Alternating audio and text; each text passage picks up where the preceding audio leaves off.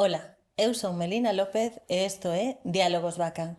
Quero darlles a benvida a esta iniciativa que promove a Fundación encargada de difundir o legado de José Vázquez Cereijo, unha iniciativa que busca retomar a práctica da tertulia nun formato máis actualizado como é o do videopodcast, en o que falamos alrededor dun tema relacionado co eixe vertebrador destes diálogos que é o Lugo do futuro. Cando xa levamos máis de 10 edicións, algúns dos nosos seguidores saberán que dentro deses temas hai certos que tiñan unha amplitude tan extensa que requerirían unha segunda edición. É o caso do tema de hoxe no que imos falar sobre música. José Vázquez Cereijo criouse rodeado de música. A súa nai era pianista e a súa tía cantante de ópera. De feito, algúns instrumentos musicais, xunto cunha importante colección de partituras do século XIX e XX, forman parte do seu legado. Hoxe falamos nos Diálogos Bacán de música no século XXI e para iso acompáñanos tres convidados que de seguido lles presento. Está connosco Nicolás Rabeli Barreiro, que é director de orquestra, formado como pianista, fundou tamén Terra Nova, a primeira orquesta xuvenil de Lugo, para impulsar o talento dos nosos mozos e mozas. En 2024 foi Rabeli quen inaugurou o Fuxan os Ventos, o Auditorio de Lugo, cos concertos que tiveron lugar ali. Moitas grazas por acudir, Nicolás, e grazas por estar aquí. Gracias. Tamén está connosco Fernando Gómez Jácome. Formouse en dirección coral, e técnica vocal para completar a súa formación autodidacta musical. De feito, tamén fundou o grupo vocal Solo Voces e actualmente participa de varias formacións corais na nosa cidade. Benvido, Fernando, grazas por estar aquí. E finalmente preséntolles a José Luis Latas Vilanova, coñecido como Lis, maestro luthier e artesán das gaitas, que xunto con Pepe Bamonde e Marisa Latas levan o obradoiro de gaitas Lis, que está tamén situado na nosa cidade no barrio da Pringalla e que conta con máis de 25 anos de experiencia xa ás súas costas. Benvido, Lis, grazas por estaren aquí. A vos. Bueno, se lles parece, imos comezar, fai pouco estivo na nosa cidade James Rhodes, o recoñecido pianista británico, para ofrecer un concerto con ocasión da conmemoración dos 25 anos da muralla como Patrimonio da Humanidade. El facía unhas declaracións que quero traer aquí, e se me permiten leo porque dicía textualmente: se non tes cartos, esquécete de ir a clases de piano ou a un concerto. El facía un pouco fincapé con estas declaracións, bueno, isto é un titular, verdad, que sae na prensa, facía el fincapé reclamando unha maior inversión en educación musical, en formación musical, e pensaba que estábamos nun momento no que a formación musical é un luxo, algo para certas persoas. Pedía, ademais, que os concertos de música clásica fosen un pouco máis asequibles e un pouco máis abertos. Entón, gustaríame comezar por aquí preguntando se vostedes tamén pensan que a formación musical é algo exclusivo, se segue a ser así ou xa non. Nicolás, estamos por aí. Vale. A ver, eu penso que depende. Depende dos contextos, depende dos países, da organización que teñan. A min, por exemplo, eu formeime como músico sempre na educación pública. E quero dicir, sí que é certo que hai unha inversión persoal de parte de en pagar, eu que sei, a matrícula ou tal, pero despois hai moitas ferramentas que se brindan desde o espacio público. Eso en Argentina, obviamente. E aquí un pouco vexo algo similar. A ver, obviamente, sí que hai certos países, certos contextos, certas realidades que obviamente non son atendidas. Pero igual tamén penso que as posibilidades máis ou menos están. O que sí creo que é certo é que o que é máis difícil de conseguir, que aí sí xa entramos nun terreno un poquinho máis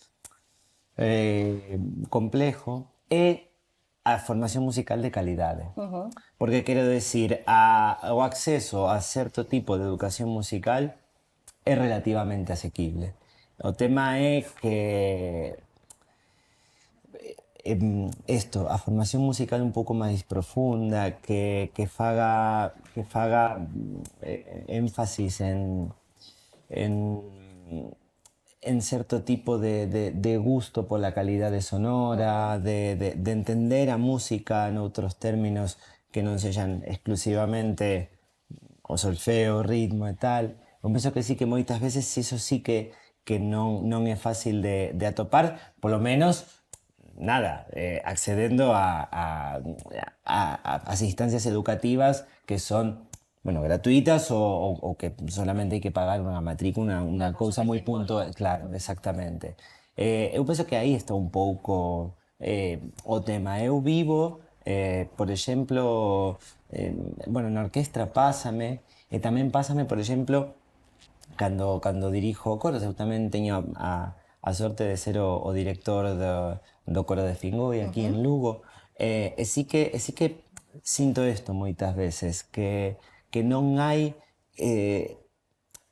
non está desarrollado ese gusto, ese placer pola calidade musical. ¿Sí? Moitas veces o que pasa nas agrupacións, e sobre todo nas agrupacións amateur, é que se fai moito máis foco na parte social. Eu penso que iso que sí que é moi importante, pero a parte social pódese conseguir con calquer outra cousa. Pódese montar un obradoiro de non sei o que sexa, e a parte social xa está coberta. Eu penso que se estamos todos e todas nun sitio para facer música, a parte o goce estético de facer música de calidade e ter certo gusto polo sonido bo, polo sonido de calidade, sí que é certo que iso é máis difícil de atopar coas ferramentas que se brindan desde o espacio público. Sí.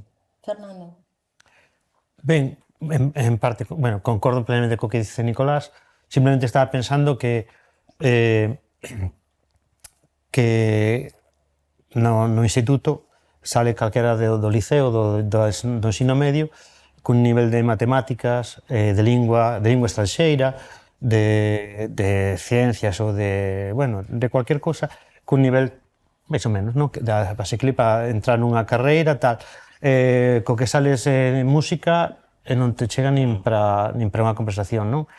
O conservatorio está a parte do ensino, es decir, os estudiantes do conservatorio son, ademais de estudiantes de todo isto, son estudiantes, o sea, a inversión persoal que decía Nicolás xa non é económica, senón é na propia a propia vida que invirtes, non? É unha cousa que nos distingue de outros sitios. Aquí sales dun conservatorio e despois o que te espera é pois que mellor tes que irte a unha cidade alemana, a Ámsterdam, Ámsterdam non é Alemania, non estou confundindo. Estou dicindo o Ámsterdam, ou que tes que ir a Basilea ou calquera sitio para chegar a ser algo na música, non? É dicir que aquí sempre estamos un paso por detrás.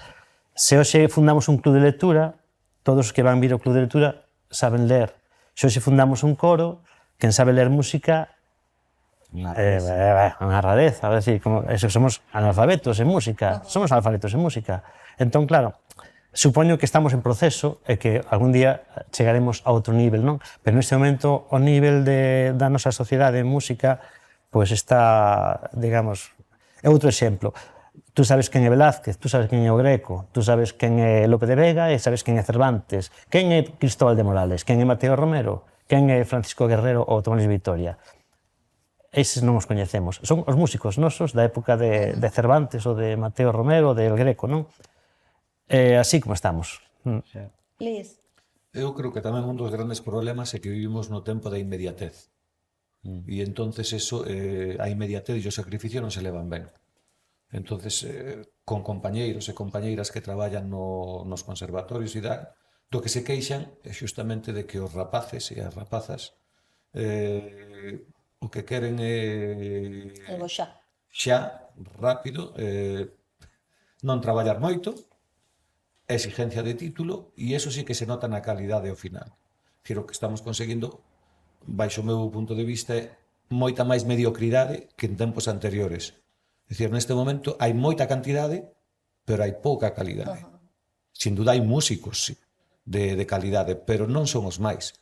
Dicir, neste momento, incluso moitas veces se culpa a nosa dos pais, que mandamos os nenos e exigimos que teñen que sacar unha nota alta por estar no conservatorio, cando mellor non dan o nivel ou non están preparados e non é necesario. Entón, eu creo que ese é un dos grandes erros neste momento da música, que moita cantidad en todos os niveis e calidad xusta. Xusta. Falabades antes de que, eu penso que era Nicolás o que mencionaba a sociedade, non? Pensades que a música garda unha especial relación ca sociedade na que está inserta. Quero decir, é un reflexo da sociedade en que vivimos, a música que escoitamos, a música que coñecemos, como decía Fernando. Sempre o foi. Non teria por que non selo agora. Agora mesmo. Claro, é que sempre foi. O sea, non só a música, todas as artes, eu penso que sempre estiveron íntimamente relacionadas co seu contexto, coas realidades que ocurrían. Sí, eu penso que sí. Que pensades vos, sí? Bueno, non o teño así claro. Eu penso que o que a oferta musical que temos non sei se se corresponde coa sociedade. Eu penso que a sociedade está se moldando o que lle dan. É dicir, a música hoxe en día, e non falo da nosa música, non? Claro. Falo da música que a maioría do que é música hoxe en día, o que escoitas pola radio, é unha cosa que che dan, que consumes, que nin pensas, e que consumes mes a mes ou ano a ano, e que vas desperdiciando. É un mercado que, en certo modo, está, se acaso, condicionando a nosa sociedade, non? Que a nosa sociedade produza esa música, e que esa... Eu penso que é o poder económico que está modificando a nosa sociedade, e o poder económico é un poder indestructible, casi, é un poder arrollador, e estamos, pois eso, no rodillo, As ordes do que dicta ese poder un pouco, sí, nada podemos facer, penso. Sobre todo, se miramos o contexto xeral, o que di Fernando. Sí, claro, entendendo música... Se rascas un pouquiño, atopas outro tipo de música e outro tipo de arte, non? Porque ao final a música é un arte. Claro. Pero, claro, o máis fácil, e para a xente de a pé, é quedarse co que nos venden. O que nos venden é unha moda, é dicir, neste momento nos van a vender este formato, dentro de 3 meses outro formato. Eu sempre, pero non de agora, eu sempre defendín que os grupos ou os músicos máis famosos moitas veces non son os mellores. Son os que teñen mellor proxección. Entra un pouco en xogo o marketing aí, non? Sempre. Claro. Claro, estades... Eu acordome dun tal Luis Cobos, non sei se vos lembrades. O que pasa é que penso que, claro, que neste sentido, claro, ahora escoitando aos meus compañeiros, hai que diferenciar entre música en tanto creación artística o música en tanto producto Sí, comercial. Eso, Elaborado. Eso era o que iba a preguntarvos agora, se pensades que a día de hoxe prima a faceta comercial por diante da artística, no caso da música que estamos falando agora. Home, está máis subvencionada. Ten un apoyo Claro, institucional. si tú chegas a un escaparate e tes o 95% dun produto comercial e un 5% dun produto diferente, o normal é que a maior parte da xente Tire polo produto comercial. Sí, É o fácil. É claro, que é o máis fácil, claro, é que eso é a cuestión. É moitísimo máis fácil quedarse con este... Bueno, eso, como decía Fernando, que che dan, o sea, é moito máis fácil. Pan e circo, non temos que pensar, a ciudadanía non ten que pensar, só ten que consumir. É que a cultura, claro, a cultura non é un concepto de algo de consumo, é un concepto de algo que se vive. Entón, claro, por exemplo, na música tradicional, o sea, que é a música, que é a nosa música? A nosa música é a que nos vende antes de que venimos transmitindo. E que é a nosa música? A nosa música é a nosa tradición, por exemplo, na música da iglesia, por decir alguna cosa, ou na música de salón, ou música que vivíamos nas reunións, tal. Ahora, a música é aquelo que nos venden e na que non intervenimos para nada, non intervenimos, somos meros espectadores, non somos partícipes da cultura, por lo tanto, eu penso que eso non é cultura, é mercancía. O sea, a cultura é unha cuestión vivencial. Entón, desde que deixa de selo, eu négome a decir que certa música sexa cultura, é dicir, como non é cultura os arxes de Stradivarius, por exemplo, que perdón por Stradivarius, si ofendo a alguén. Stradivarius non me refiro ao violín, refírame a cadena de roupa, non? E depois é que hai cousas... outro día comentábamos coa xente do Lucus Ensemble dun artículo que salía de un grupo que veu actuar a Lugo e entonces na nota de prensa o presentador do concerto decía e o violinista fora na catedral. O violinista vai tocar cun violín d'1,5 millón de euros. E Puedo tocar mal tamén. claro, é dicir, lle estaba dando un valor ás cousas menos importantes nese momento que non... Dicir, o importante é o que vai a tocar ese músico, non é o valor do instrumento en sí. Sí, sí, penso que estás de acordo nese caso, claro. Home, a mí se me o deixan toco nun Stradivarius. Claro. Toco. Toco Stradivarius. Se nos circunscribimos un pouco a unha cidade como a nosa, que é unha cidade, vamos a entender, pequena, como valorades as distintas formacións musicais que se poden dar aquí? Quero decir, como de importante é empezar en pequenas formacións para despois avanzar? Ou non ten que ver, vamos? Quero decir, lanza a pregunta vos... Bueno, eu sempre pensei que da cantidade surxe a calidade, non? Entón, canto máis teñamos, inda que non seña maravilla, pois canto máis teñamos, máis posibilidades temos de ter algo bon. Entón, cando eu era novo, cando eu tiña a edade de Nicolás, pensar en ter unha orquesta en Lugo era unha cuestión impensable, casi.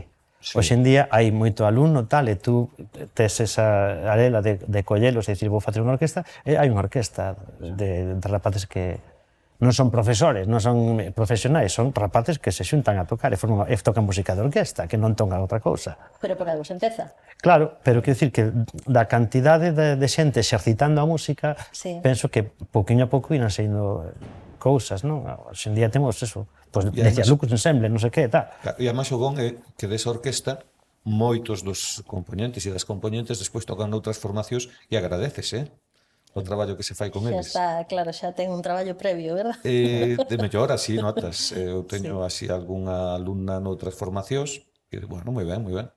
Nicolás, ti que pensas, sí? Sí, eu refiro un poquinho ao que falaba ao principio de todo, ¿no? Obviamente que o que di Fernando non podo estar máis de acordo con eso. Pero tamén eu penso que hai que ter moitísimo cuidado coa xente que está ao frente desas agrupacións ou das escolas ou do que sexa. Porque eu vivo moito, agora coa orquestra, bueno, un pouco menos, porque bueno, xa ten a súa liña de traballo e tal, e bueno, xa un poquinho vai todo, nese sentido, xa se fixo ese trabajo. Pero sí que é certo que ás veces en outros tipos de agrupacións, ese tema de eso que falaba, dese gusto polo sonido de calidade, de ter esa búsqueda. Eu penso que ao final quenes facemos esta música pensando en outras cousas, quero decir, estamos buscando transmitir unha mensaxe. E ao final, eu sempre digo mesmo, as notas son 12 e as figuras son... Cantas son? 8, di 8, que ninguén vai contar. 6. 6 e pico. 6 e pico. É que nunca me puxen a contalas. Claro. Quero decir, ao final, os elementos cos que traballamos na música son poucos. O importante é o que está operando detrás, ¿sí? De esas notas, de esas figuras, de ese compás.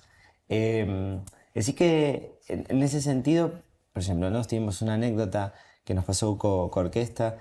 A primeira vez que tocamos con cantantes, que foi cando fixemos esta recuperación histórica da zarzuela La Meiga, ¿sí?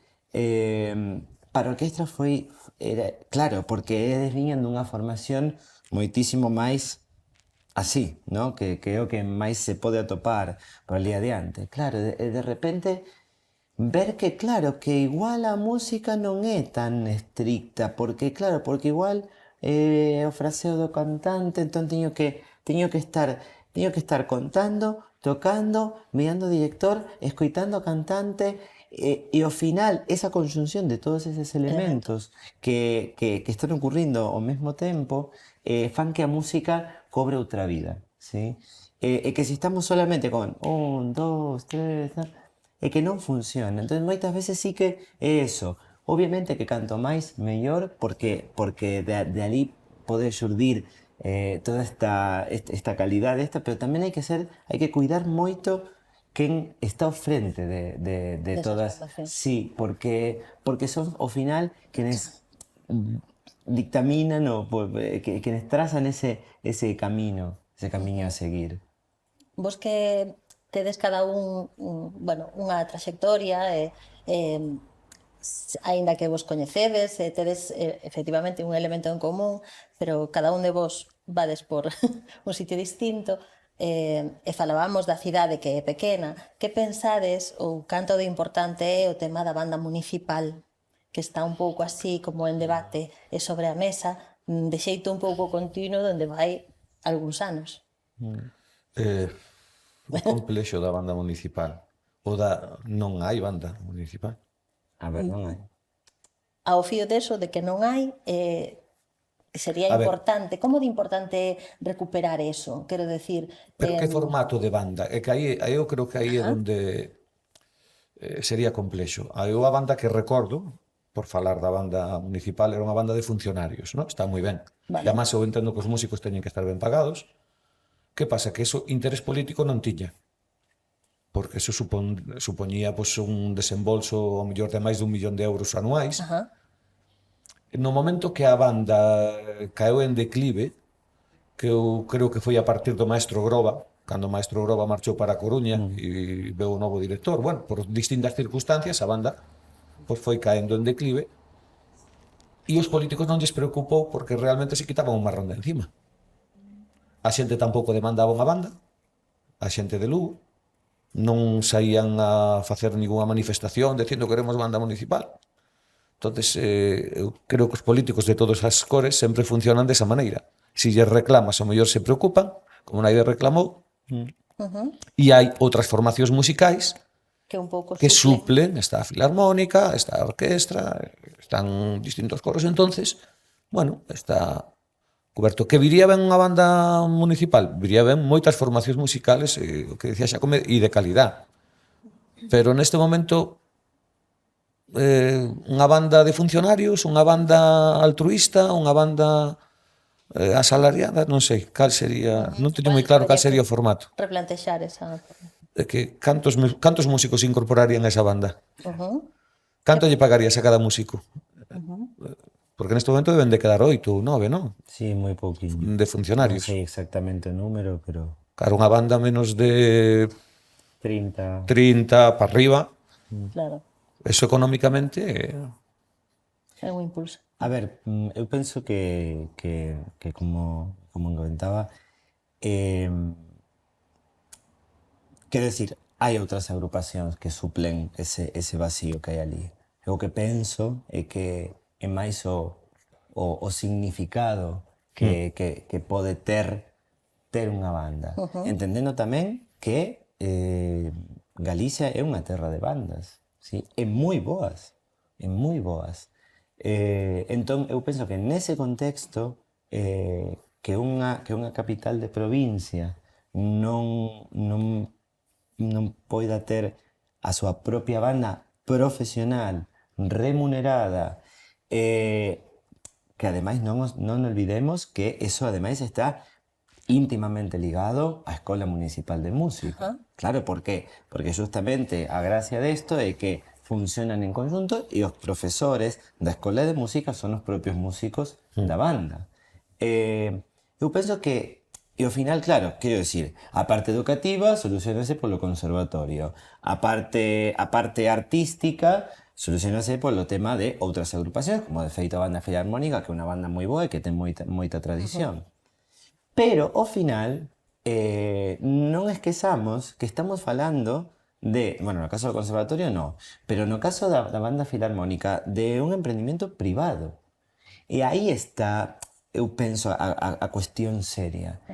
Por que Lugo non pode ter a súa propia banda municipal profesional, remunerada, volcando a cultura de cara á sociedade?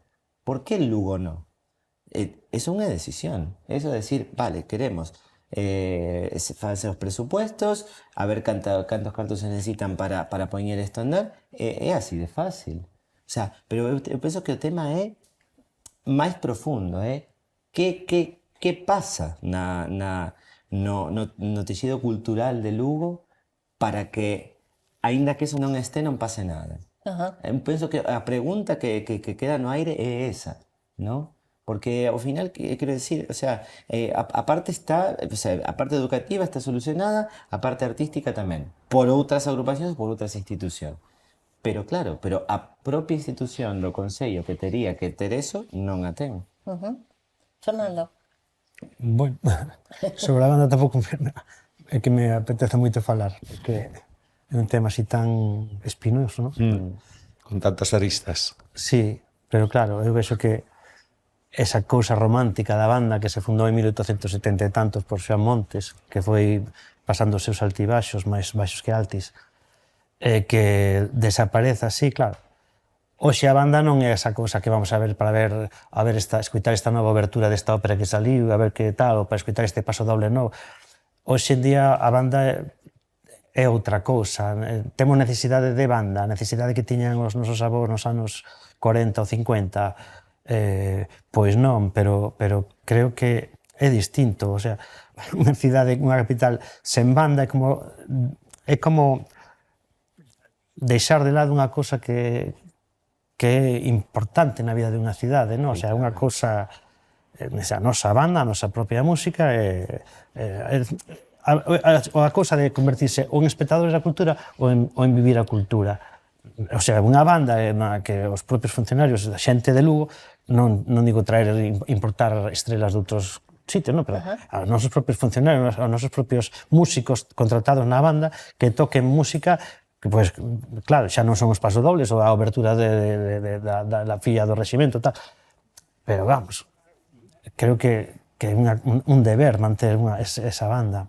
Pero, bueno. O problema é cando agora xa non está. É dicir, se houvese mantido esa banda, ainda que fora en condicións precarias, sería máis fácil de volver a levála a unha posición un pouco máis noble. Pero neste momento xa leva anos inexistente. E entonces é moi complicado. Tamén é unha forma de transmitir unha mensaxe, non? O feito de que non exista. Bueno, pero eu creo que foi unha cuestión política no seu momento e unha cuestión tamén incluso dos propios músicos. Aí houve moi mala gestión interna e moi mala gestión política. Porque ese proxecto podíase manter perfectamente. Claro. Falaba Fernando das lembranzas que pode traer a xente de Lugo, a banda municipal que estamos falando, non? Como de importantes pensades que é a relación da música que temos cada un de nós ca memoria e cos recordos? Os meus recordos están todos marcados por algún motivo musical. É dicir, sempre dispoño algunha banda sonora, non? Sí? Sí. Eu creo que sí, a miña vida non tería sentido se non houvese bandas sonoras nos momentos. Pero pensades que é algo que lle pasa a maioría da xente, non só a que está ligada directamente como vos ca música. Ai, que complicado. É moi difícil esta pregunta. Sí. Ainda estou pensando en min como para pensar. Claro, como pensar nos demais. Por exemplo, que non teño unha ligazón directa como a vos, non? Ca música, para min tamén é moi importante el ligar música con recordos ou lembranzas. Por eso pregunto vos a vos que si estades continuamente no mundo da música, se hai un enlace aí. É que eu creo que no caso dos tres a música forma parte das nosas vidas, está sempre aí. Para todo. Sí.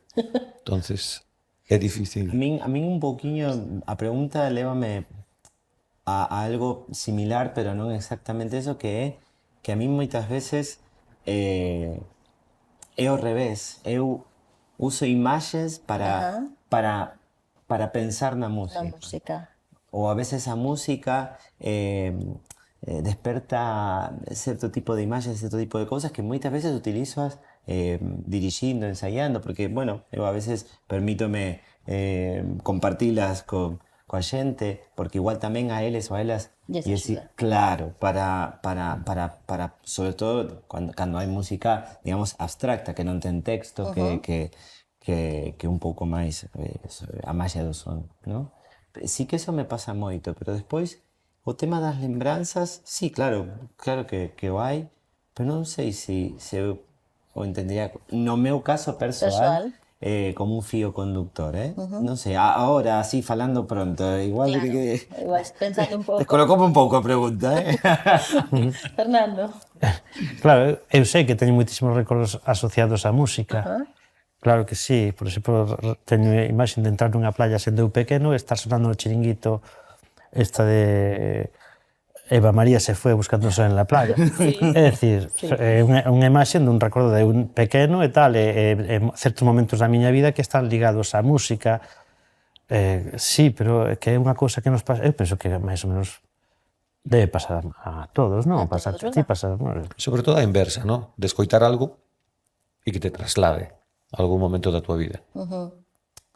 Por iso digo das bandas sonoras, no? En un momento determinado tú escoitas algo que te transporta ao mellor á infancia porque te trae recordos de... Sí, no momento en que soaba esa música ou Sí, bueno, por claro. un acontecemento en particular, claro.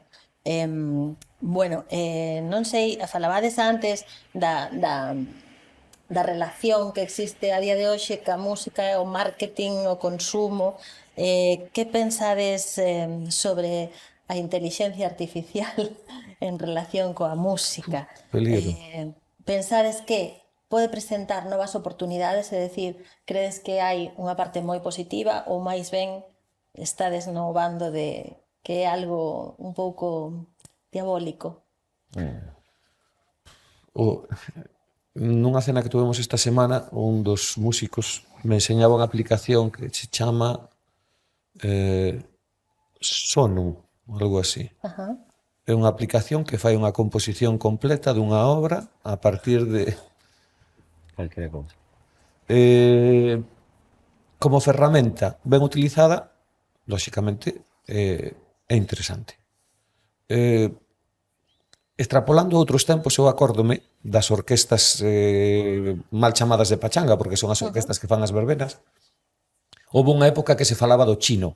O chino era un aparato que reproducía os midis que nese momento se facían. Entonces eso implicou que as orquestas de baixo nivel desapareceran os músicos e se compuxeran por figurantes. Entonces simplemente iba un vocalista, unha vocalista, e ao mellor unha persona que estaba no piano que non sabía tocar o piano, na batería, porque o que sonaba era o chino. Entonces todo o mundo dixo, isto é a revolución, isto é el no va más. Todo eso quedou para as BBCs, as bodas, bautizos e comunións, donde van, pues, lóxicamente, os vocalistas cantan, non necesitan levar unha orquesta, abaratan o coste para ese tipo de espectáculos, pero as orquestas seguiron tocando e seguiron tocando os músicos. Todo eso da inteligencia artificial, claro, aporta moitas cousas, pero son ferramentas. E as ferramentas, o que digo, ou se utilizan ben ou se utilizan mal. Claro, todo está na man de quen a emprega. Fernando? Pois non che sei que decir, porque a inteligencia artificial aliméntase do que hai. É dicir, é andar comendo un refrito e dixiguindo un refrito e volvelo comer. Entón, non sei, para eso non sei que sirve. Eu pouco ando coa inteligencia artificial. Xoguei un día a facer poesía, non? Bueno, eu non son de poesía, teño que recoñecelo. Non me sai a poesía, o sea, non me saen ideas poéticas, son capaz de facer un endecasílabo ou un soneto, e de feito teño feito por exercicio. É dicir, endecasílabos coa rima correspondente, coa rima tal, pero aí non hai poesía, hai palabras, non? Decir, pois a ver, a inteligencia artificial, empecé a retala, non? O que vexo que me dá, digo, bueno, pois como faga así a música, mellor non menealo, non? Porque, o sea, que non sei que decir. para empezar, que como nas imaxes, que salen persoas con 4 brazos, non? E salen en decasílabos de 12 sílabas, non? E que salen rimas imposibles, e que salen sonetos de 15 versos e cosas así. Non sei como será isto na música, pero se se está facendo música con inteligencia artificial, non serén eu quen a escuita, desde logo. Que pensas, Nicolás? Eu estou un pouco máis preto desto, de pensar que unha ferramenta e ata certo punto unha moda tamén. Sí, a ver, claro, a ver, agora mesmo, quero decir, estamos maravilladas con todo o que pode facer a inteligencia artificial, que ao final o que fai a inteligencia artificial é conectar datos moi rápido. Se algunha cousa non sirve ou se ten un feedback negativo de eso que fixo, aprende, esto descarta e conecta con outra cosa, pero que ao final a inteligencia artificial é eso, é unha inteligencia artificial, é unha ferramenta. De feito, outro día eu estaba tamén xogando un pouco co ChatGPT, pedíndolle que me escribira unha partitura sobre un texto que lle puxe. E non foi capaz. Claramente non foi capaz. O que eu lle estaba pedindo, eu xéntome fago en 10 minutos. Quero dicir, porque era unha cousa moi simple o que lle estaba pedindo. Era coller un texto, poñerlle as notas e os acordes para máis ou menos poder interpretar unha canción a partir dese texto. Calquera de nós, eso, pasémolo, vamos, pero así, en 5 minutos. E non foi capaz a inteligencia artificial. Sí que me dábame consellos, ¿no? de como chegar ao que eu quería. Pero a cuestión propia non a facía. E aínda que a poida facer, porque sí que, por exemplo, houbo experimentos como, non sei, metería a sinfonía inconclusa de Schubert e pedille que acabara no mismo estilo do compositor. Bueno, eso non foi ChatGPT, obviamente foi unha inteligencia artificial especializada en música, porque de feito hai inteligencias artificiais adaptadas a cosas puntuais. E sí que o fixo, para min é eso, podese decir, mira que ben, que como captou máis ou menos a esencia de Schubert, e máis ou menos fixo algo similar, pero tamén é certo que calquera de nós con certo nivel de estudios musicais e máis ou menos analizando a obra dun compositor e sacando máis ou menos eses fíos conductores dos compositores, sí que se pode escribir algo que obviamente que non vai ser igual, pero que sí que sone parecido a ese compositor. Eso pode facelo calquer músico profesional con estudios musicais superiores, quero decir, tranquilamente, non fai falta unha inteligencia artificial. Así que eu penso que é eso, unha ferramenta que pode aportar moitas cousas, que pode solucionar, pero a profundidade da creación humana e sobre todo da interpretación é algo pero vamos, nin 20 inteligencias artificiales traballando en simultáneo, vamos, o sea, que non hai forma, por eso eu penso a min eso, como tema dos chinos, o sea, nada, vai quedar ali como que é un invento do ser humano que facilita moitas cousas, ¿sí? Que lle podes decir, toma este texto mira, non teño tempo, teño que facer un resumo desto. Mira, 1000 páxinas, resumo en non sei cantas palabras. Eso seguramente que vai facer perfectamente, porque como conecta información... Volvendo ao principio, que che dá a inmediatez. Claro. Pero a inmediatez non che dá a calidad. Efectivamente. E ao final, si hai que tocar a obra, e hai que estudiar, e hai que dominar o instrumento. Entón non se trata de facer máis obras das que das tocado. Claro. É que a quen lle interesa o final da Sinfonía Inconclusa de Schubert, a quen lle interesa? Efectivamente. É dicir, a unha persona con un nivel musical que dices tú que pode... non lle interesa facer un final de... No. É dicir, a Sinfonía está medio inconclusa e xa está. Entón, o que é capaz de facer a inteligencia artificial, como vin algún exemplo, mira, esta melodía que me compuxo a inteligencia artificial, deille o texto, compúxeme esta canción, escuitai. E escuitas, mira, pois mira, eso... é o que facía eu cando estaba estudiando bioloxía e tiña a guitarra entre as mãos, esos acordes que estaban, era o que facía eu sin pensar mentre estudiaba bioloxía. É dicir, jolín, fiar acordes non é compoñer. Es decir, eso vale pues para esta música que non ten outra pretensión que gustar ao público, porque o público gusta o que coñece. Pensa que non o coñece, está escuitando os mesmos refritos de sempre. Entón, vale para eso, pero a sinfonía inconclusa. O sea, para algo realmente importante, para que sirve? Para algo importante penso que non sirve realmente. No, creo que vale para o público... Unha fuga de 3 voces como Bach, al estilo de Bach. Ala, xa tes unha fuga de 3 voces Mira al que estilo de fixen, Bach. Mira, lle diga ali o botón e lle dixen, quero isto, mira o que é como compoño. Claro. E para que? Fixo Bach, é moito mellor. Eso. E No, e a a creatividade, a ver, A creatividade é difícil de suplir, claro. é imposible. É imposible. Por non decir eso, é imposible. O que decía Fernando, podes misturar do que xa conoce a inteligencia artificial, pero ao final... Sí, o que decía Nicolás, non? Que toma datos e xunta nunha velocidade que igual sí que non somos capaces de ter os humanos, pero vamos, que... Non sei dentro de un tempo se falaremos de outra maneira. Ajá. A día de hoxe, A día de hoxe non. No. unha ferramenta e sobre todo para xogar. A mí me parece unha ferramenta fantástica. Para xogar e para... Pero non. Fantástica, hai moitas cousas. Sei, de feito, unha vez contábame unha persoa que ela pídelle a ChatGPT que dille estas son as bases desta subvención. Eu teño este proxecto e quero que se adapte perfectamente ás bases. E ChatGPT faino fantásticamente, porque claro, conecta información. Eso é fantástico. Pero mira, aquí non temos un exemplo. perdes unha semana redactando un documento. Un exemplo maravilloso, é dicir, nesa parede. Nós hoxe temos programas de ordenador que dibuixan, vamos, copian exactamente o que nós queiramos, pero non fan unha obra de arte. Claro. A arte A queda obra un pouco... o arte está no artista. Copiar, sí. O que decías tú, dice, eu teño un proxecto, estas son as bases. Sí, sí. No, eu non teño un proxecto, estas son as bases. Faime un proxecto. Esa é a cosa, porque se eu teño un proxecto xa o teño.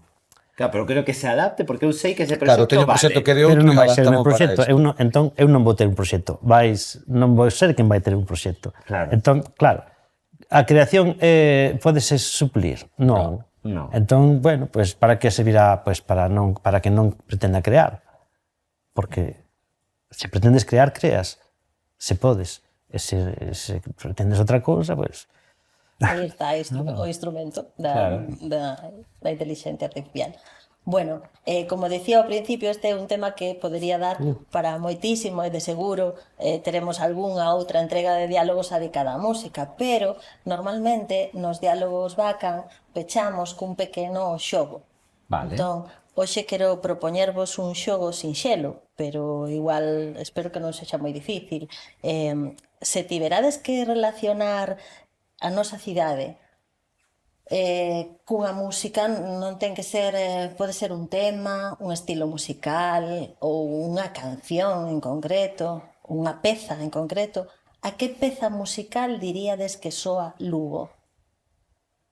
É un pouco de pensar, pero bueno, tamén vale o primeiro que vos salga. Que difícil. Sí, eso é moi complicado. Que xogo. Que soa Lugo. Bueno, a ver, eu como non son de pensar, Vale? eu estou mediatizado. Teño a Montes metido na cabeza. Bueno, E vexo a muralla, vexo por aí, Montes, e vexo Lugo, vexo... Entón, Lugo soame a galego, porque é unha cidade moi provinciana, é unha aldea grande, é unha cidade que ten a música do pobo en sí. Entón, música do pobo. Penso pois en alalás e tal, ou en unha muiñeira ou en algo así. Penso en Xoan Montes que quixo facer da música popular algo pois elevado entre comillas, porque elevado, digamos, aos niveles da música culta, entre aspas tamén, porque eso de culta é a forma de referirlo que non me gusta, pero non sei como dicirlo, da música académica, non? sí. Pois diría eso, Montes como música popular. Nicolás ou Lis, que pensades? Eu teño claro. Pois veña. Para mí soname a Manuel María e o Carro. Ajá. o que para min non só representaría a Lugo, sino a todo Galicia. Unha maneira de entender, a través desa letra, o que realmente foi e todavía sigue sendo en esencia a nosa terra. Ajá. E Nicolás? Pois sí, eu tive que dar unhas voltas mentre escoitaba os meus compañeiros, pero ao final todo levábame... a mí non me gusta ser autorreferencial, pero lamentablemente tócame. Porque eu pensaba, eu acórdome daquel momento cando tivemos a oportunidade de participar na inauguración do Auditorio Foxá nos Ventos, coa novena sinfonía de Beethoven. Bueno, eso era... Eso de que son solamente 12 notas e tal, como eu sempre lle chamo notitas, porque o importante que hai detrás dunha obra para min é sempre o filosófico, ¿no? Ao final, volvo mesmo, son 12 notas. As combinacións, seguramente poderás estudiar a inteligencia artificial con cantas combinacións posibles hai, pero son 12, non hai máis. E a min sempre facíame moita impresión, pero impresión no sentido de ese no final da novena, cando Beethoven empeza a decir o mundo enteiro, o mundo enteiro, o mundo enteiro, o mundo enteiro, e non para de repetilo, que é somente unha parte moi pequena do texto desta oda na que se basa para facer a novena sinfonía. E a min hai algo deso que resoa con Lugo, ¿no? Porque eu penso que hai tamén certo, eu noto, por exemplo, noteino no proxecto, noteino coa xente que participaba, noto agora que estamos facendo un proxecto de características similares con outra obra, ainda máis ambicioso todavía. Hai como este aire de que a xente quere algo diferente de Lugo, quere este Lugo que sí que manteña toda esta música do pobo, pero que tamén se proxecte aínda máis hacia fora, de cara a fora. Entón, para min, un pouco ten eso. Lévame ese sitio por eso, por ver esta ilusión na xente de facer este tipo de proxectos, de participar neste tipo de música e de apropiala, porque ao final eu penso que toda música é popular. Quero decir, sí que hai música que naceu para un contexto, como decía Fernando, entre comillas, culto, que non é así, que non é esa palabra, pero en xeral, a maioría da música que escoitamos como música clásica, como música académica, ten as súas raíces no popular, sí, inspirouse neso. Entón, eu penso que a min lévame a novena sinfonía, pero por eso, solamente por ese tema de eso, o mundo enteiro, ¿no? Desde Lugo, o mundo enteiro. Ajá. Bueno, moitas grazas aos tres por estaren aquí, por dedicarnos este anaquiño de tempo, e aos nosos seguidores lembrarlles que tanto este diálogo como os anteriores están dispoñibles na nosa canle de YouTube. Vémonos na seguinte.